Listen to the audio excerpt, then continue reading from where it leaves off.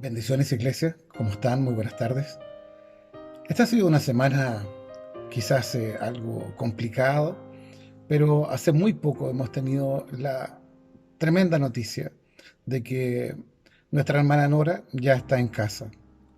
Dios ha impuesto sus manos sobre ellas y ha traído sanidad. ¿Cómo no estar contentos? ¿Cómo no estar felices de saber que nuestro Dios es victorioso y que ha llevado a su iglesia a la victoria? Porque esta iglesia está orando. Esta iglesia está clamando y Dios ya ha respondido. Gracias, Señor, por eso. Así que, iglesia, es un honor poder saludarte como siempre y vamos a compartir de esta palabra. Te pido entonces que, como siempre y como es lo adecuado, oremos juntos para que el Señor nos hable. Padre bendito, Señor, gracias. Gracias, Señor, gracias, Señor. Perdónanos, Señor. Te ruego que nos perdones. Señor, perdón por nuestros equívocos, por nuestros pecados, Señor. Nos presentamos delante suyo con temor, pero no con el temor que nos impide avanzar, sino con aquel que nos hace darnos cuenta de que somos reprobados. Pero en Cristo Jesús tenemos esa opción de llegar delante suyo, Señor, y que usted no nos vea a nosotros, sino que vea a Cristo. Señor, ayúdenos. Permítanos entender de la palabra, permítanos aprender de la palabra y sigue haciendo tu obra, Señor, en cada uno de los que son parte de tu iglesia y llama pronto a todos los que se han de sumar. Gracias, bendito Señor, en el nombre de tu Hijo Jesús. Amén y amén. Quiero que toquemos un tema, es fuerte, pero es muy necesario que no solamente la iglesia, y me refiero al cuerpo iglesia, sino que también me refiero a cada uno en lo personal. Es muy importante que esta palabra nos hable a cada uno de nosotros. Y es por eso que esta palabra que está en el libro de Génesis, capítulo 3, versículo 24, es lo que va a ir guiándonos a entender la palabra de Dios. Busque en su Biblia, por favor, la digital o la de papel, libro de Génesis, capítulo 3, versículo 24. Padre mío, Señor, te amamos y vamos a leer de tu bendita palabra. Haz que florezca en nosotros. Ayúdanos, Señor, a ser mejores para ti y para engrandecer tu obra. Gracias, Señor. El versículo 24 dice así: echó fuera al hombre, echó fuera al hombre, y al oriente del huerto de Edén puso querubines y una espada encendida que giraba hacia todos lados para resguardar el camino del árbol de la vida.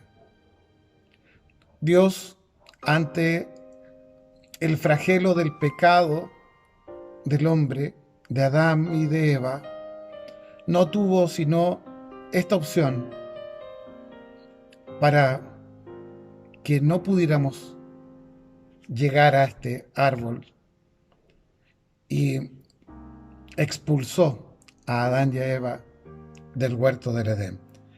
Por eso dice que había una espada encendida que giraba hacia todos lados. O sea, era imposible que la espada no encontrara a quien se pudiera acercar y darle muerte. Entonces, es una situación muy fuerte. El pecado nos distancia del Señor y no nos permite presentarnos de una forma adecuada. Por tanto, si perdemos el horizonte, y nuestro horizonte es Cristo, vamos a pecar. Y quizás en esto podamos ir hilvanando y también ir entendiendo, de lo cual quiero hablar con ustedes. Si estás tratando de saber cuán profundo es el pecado en ti, seguramente es más profundo de lo que crees. Y eso es tremendo. Y déjame decirte lo siguiente, iglesia. Para el pecado, en este tiempo, no ha sido fácil. No ha sido fácil, quizás porque ha tenido más trabajo que nunca. No estoy diciendo que en este tiempo las personas hayamos dejado de pecar. No estoy diciendo eso. Sino que llamar pecado a algunas de tantas de las formas en que los hombres y mujeres, ah, se han alejado de lo que Dios quiere, que incluso muchos, al decir esto es un pecado, muchos se levantan y dicen no, eso no es pecado, es parte de mi libertad. Y esa libertad me aleja de lo que Dios quiere. Entonces es un tiempo complicado. Entonces, cuando me doy cuenta que transgredir lo que Dios quiere es un pecado, también me acuerdo de que, y más de alguno también lo recordará, cuando años atrás uno veía a algunos de los telepastores encendidos ahí frente a la iglesia y estaban rojos y hablaban y vociferaban en contra del pecado, y la iglesia estaba en silencio. Pero el día de hoy nadie quiere ser llamado de atención por el pecado. Nadie quiere ser confrontado por la palabra de Dios y prevenirte que no estés pecando. Pero la verdad es que el pecado está. Y la verdad es que debemos ser confrontados. Y la verdad es que mientras más pronto nosotros dejemos, permitamos y aceptemos lo que Dios tiene que hacer en nuestro corazón, es que más pronto el pecado saldrá de nosotros y pondremos en nuestra relación con Dios a Él por primero y no lo que mi carne quiere. Espero que lo vayan entendiendo. Entonces,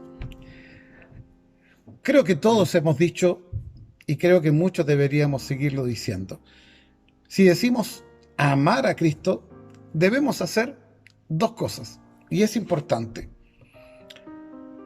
Y eso también nos va a permitir ser aquellos cristianos fieles que buscan de Dios. Porque para que nos pongamos medianamente de acuerdo, y esto hablando acerca de qué es la salvación, primeramente entonces tenemos que aceptar que hemos sido salvados. Porque para hablar de la salvación con propiedad, tenemos que aceptar que somos salvos y que hemos sido salvados. Que no es algo que nosotros hayamos logrado. Que no es que de tanto ayunar y de tanto orar, al día de hoy entonces soy salvo. No es así. Cristo pagó precio de sangre por usted y por mí. Precio de sangre. Y Él lo sabía. Y Cristo estuvo de acuerdo. Porque usted y yo también sabemos que el pago del pecado es muerte. Y si tan solo Dios, si tan solo la Trinidad nos hubieran dicho, ok, ¿quieren pecar? Pague el precio. ¿Qué habríamos hecho? ¿Habríamos estado dispuestos a pagar el precio de nuestro pecado? Gracias, Señor, por la gracia inmerecida. Porque a pesar de las tinieblas en las que andábamos, no dejaste nunca de buscarnos. Gracias, Señor. Así es que pongamos eso por claro. Si hay salvación, es porque Cristo la ha traído a nosotros. La gracia inmerecida. Y así también debemos comprender la obra que Cristo hizo en la cruz. Porque gracias a ella hay paga por el pecado, que no es nuestra muerte. Él pagó por nosotros. Bendito Señor. Y es tan adecuado darle la real dimensión al pecado y al pago del pecado que Cristo hizo, que si nosotros lo hiciéramos de forma muy liviana, también lo que vamos a mostrarle al mundo es que es liviano lo que Cristo hizo. ¿Se entiende? El precio que Cristo pagó por nosotros no es poca cosa. No es, sí, bueno, Él me salvó y aquí estoy. No, no hizo eso. Cristo pagó con su vida, y para llegar a ese momento de entregar su vida, bajó del cielo. Estuvo de acuerdo en dejarlo todo. Estuvo de acuerdo en sufrir, en ser escupido, en ser maldecido. estuvo de acuerdo a pastorear, estuvo de acuerdo en preparar a un grupo de los suyos por 3 años y medio. Estuvo de acuerdo en que uno de ellos le iba a traicionar y aún así permaneció. Y permaneció porque ustedes y yo somos tan importantes que Él estuvo dispuesto a dar su vida por cada uno en este mundo que quiera alejarse del pecado y cambiar su vida hacia lo que Dios quiere. Bendito sea el Señor.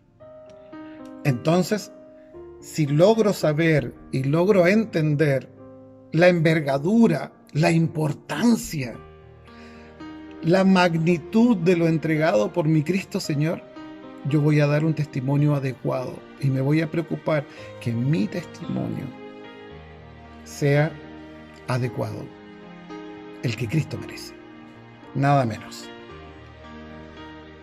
Así que muchas veces se nos presenta al pecado como algo imposible de vencer. Y que si no nos preocupamos mucho del pecado, nosotros somos buenas personas y las buenas personas cambian el mundo. Y no es así. Es bueno encontrarse con buenas personas, sin duda. Pero créame, iglesia, la gran mayoría de las excelentes y buenísimas personas que conozco son cristianos. Porque han entendido lo que Cristo hizo en sus vidas. Y no quieren volver atrás. Y es más, quieren ayudar a que muchos salgan de donde están y caminen el camino recto que Cristo atrae para ellos. Entonces es muy distinto. Así es que, ¿quién tiene la autoridad para hablarnos del pecado, del juicio, del infierno y de la muerte? Nadie que no sea Cristo. Nadie que no sea Cristo. Así que, si mientras nosotros solamente estamos pensando en nuestras metas, en nuestros sueños, y mientras nos alejamos de que alguien nos traiga la palabra del Señor y nos llame a arrepentimiento por el pecado, le aseguro que muchos están tratando de hacer su vida de la forma más fácil posible. Y si usted le pregunta si creen en Dios, seguramente le van a decir que sí. Y que Dios es bueno, y que Dios es amor, y que Dios les ama, y que les hace ir y ser cada día personas geniales, agradables y buenas. Pero no es lo que Dios busca. No es lo que Dios busca. Dios busca a su pueblo que le reconozca, que se arrepienta, que se ponga de rodillas y que le alabe, porque lo merece. Porque antes ya pagó precio de sangre por ti. Y tienes la gran posibilidad de ponerlo en tu corazón y no apartarte nunca de él. Amén. Así que pensemos en lo siguiente. Cuando Adán y Eva, y todos sabemos la historia, la hemos leído, cuando el pecado de ellos se consuma, pone ese pecado en cada uno de nosotros. ¿Había pensado en aquello? El pecado adánico le acompaña hasta aceptar a Cristo Jesús,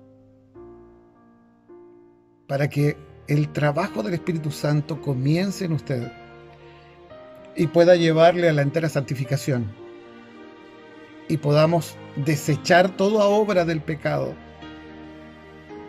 y seamos cada día más aceptos por Cristo. Amén. Quiero que lo vayas entendiendo. El pecado, quiero que lo veas de esta forma. El pecado de Adán nos prepara para ver la gloria de Dios.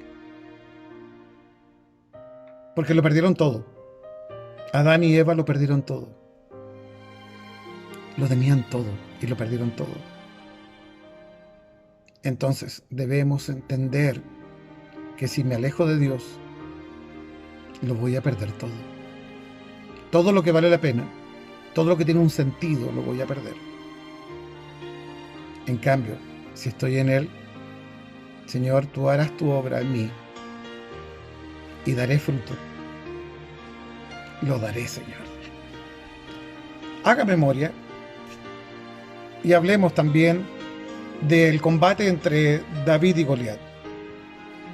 Este gigante filisteo que se presenta ante el ejército del rey Saúl y grita que vengan a combatir contra él, que si él derrota al elegido del pueblo, entonces tendrán que ser esclavos de los filisteos. Pero si por alguna situación él cae muerto, los filisteos estarían a disposición del rey Saúl. ¿Y qué es lo que pasó? Y esto es lo que quiero que puedas entender, iglesia. Aquí está Adán y Eva y se presentan a un combate contra la serpiente. Y son derrotados y lo pierden todo. En vez de haber permanecido cercanos al Señor, deciden ir por lo propio. Son tentados y perdieron, y tuvieron que pagar un precio. Aquí está Saúl, un gigante dentro del mundo que había escuchado de todo lo que Dios había hecho en él. Y llega este gigante en tamaño a desafiarlo. ¿Y qué es lo que hace Saúl? Se mantiene en sus aposentos, temiendo, y no se presenta. Hasta que David, el menor de los suyos, el joven pastor, celoso del Dios que ama, se presenta a combatir. Y todos sabemos lo que pasa. Mientras Goliat vociferaba en contra de él y se reía de él, David se mueve rápidamente, lanza la piedra, cae Goliat. David se sube sobre él, desenvaina la espada y corta la cabeza del gigante. El pequeño derrotó al gigante, pero era Dios el que estaba con él. El hombre a solas no tiene ninguna posibilidad de ganarle al pecado. Y por muy pequeño que seas, con Dios, con Cristo, con el Espíritu Santo, verás caer a los gigantes que entorpecen tu avanzar, verás caer a los gigantes que quieren destruirte, verás caer a aquellos gigantes que se ríen en tu cara. No por ti, sino que Cristo hará eso por ti. Quiero que lo vayas entendiendo, iglesia. Este no es el momento de apartarse. Este es el momento de afianzar, de endurecer las posturas, de estar cercano de Dios, de estar con un corazón dispuesto y un oído espiritual muy, muy sensible. Señor, yo te busco en oración. Señor, yo leo de tu palabra. Padre, yo te estoy cercano de ti. Yo aparto tiempo para orar. Escucho palabras, Señor, y te busco incansablemente, porque no quiero perderlo todo y quiero ver caer a los gigantes delante de mí. Y eso es porque tú lo harás. ¿Se va entendiendo? Entonces, esta es una historia tremenda, de la que estamos hablando, que está en el libro de Primera de Samuel. Pero ¿cuándo fue la última vez que alguno de nosotros escuchó que un representante de un país combatió contra el mejor combatiente de otro? Y nada de ejército, solamente ellos dos. Yo creo que hace mucho tiempo que no se escucha. Pero déjame decirte, iglesia, que esa pelea se lleva todos los días. Todos los días usted y yo, ustedes y yo, ustedes iglesia, todos iglesia, peleamos todos los días contra el pecado. El pecado y la tentación vienen todos los días. Y todos los días combatimos contra él. Pero no te apartes. No te vayas a solas, porque serás derrotado como lo fue Adán. Y mantente fuerte como David. Depende como David. No olvides quién es tu Padre. No olvides quién hizo por ti. No olvides quién trae salvación y vida eterna. Porque si lo olvidas, vas a perder. Vas a pecar. Y el pago del pecado es muerte. El pago del pecado es muerte. Y Cristo es salvación y vida eterna. ¿Te das cuenta de la diferencia? Cristo trae salvación y vida eterna. Y la pone delante tuyo. Para que tengas una vida en Cristo Jesús. Junto a tu Creador. Es importante que sepamos cuán importante es alejarnos del pecado. Es importante que le demos a Cristo y a su muerte vicaria la importancia que tiene. No fue cualquier cosa. No fue un mero trámite bajar del cielo y morir por ti y por mí. Es una muestra del amor incondicional, increíble, impagable. Es impagable. Es impagable. Pero Señor, me esfuerzo todos los días. Me esfuerzo todos los días para agradecerte todo lo que has hecho por mí y por la iglesia. Y mi compromiso se mantiene inamovible, incólume. Daré testimonio de Cristo Jesús y estoy dispuesto a compartir con quien quiera escuchar que Cristo ha venido a salvarlo, a él y a todo aquel que lo declare con su boca y que se arrepienta de todo pecado. El pecado te anestesia y te mantiene donde estás. Cristo Jesús te convence de pecado y te saca de ahí. Es tiempo de que decidas en dónde quieres estar. Pero creo que es muy claro entender dónde debemos estar. No te voy a hablar de ríos de lava, ni te voy a hablar de vidas vividas al máximo. Lo único que te voy a decir, iglesia, es que la vida en el mundo ya tiene una fecha de término. Y después de arrepentirte y de aceptar a Cristo Jesús en tu corazón, la vida eterna está delante tuyo para tener una vida en Dios, por Dios y para Dios. Te bendigo, iglesia, y te pido que cada día más nos alejemos del pecado y hagamos brillar la luz de Cristo en cada uno de nosotros, para que finalmente Romeral sea para Cristo, para que usted y yo seamos aquellos que podamos reflejar la luz de Cristo y muchos puedan encontrarlo y que la palabra de Dios les pueda impactar de tal forma como lo ha hecho con usted y conmigo, y que cambiemos nuestra vida y que seamos nueva criatura en Cristo Jesús. Permítame orar por usted. Padre bendito Señor, gracias. Gracias por hablarnos tan claro. Gracias, Señor, por permitirnos avanzar y entender que en ti tenemos salvación y vida eterna. Gracias, Padre, por recordarnos que nosotros nada y en ti todo.